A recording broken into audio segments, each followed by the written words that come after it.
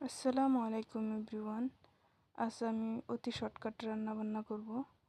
ভাত উঠাই দিয়েছি। ঘরের পাশে কাঁচা লঙ্কার গাছ আছিল, কয়েকটি কাঁচা লঙ্কা নিয়ে আসলাম। ভাতগুলি এরকমভাবে চেলে দিলাম। এখন ভিন্ডি আসছিল, এগুলো দিয়ে দিলাম ভাতের উপরে, ঢেকে দিলাম। এখন ডিম ভেজে নিব এরকমভাবে। এগুলো ভর্তা করে নিব। মনের স্কুলে যাওয়ার টাইম হয়ে গেছে, তার বাবার কোর্টে যাওয়ার টাইম হয়ে গেছে। আমার ঝটপট রান্না করতে লাগে, এবার করে নিলাম এরকমভাবে। অল্প কিনে তুলে রাখলাম, ভাত বেড়ে দিব এখন। আলহামদুলিল্লাহ, ভালো লাগলে অবশ্যই লাইক, কমেন্ট, সাবস্ক্রাইব করতে পারেন। আল্লাহ হাফিজ।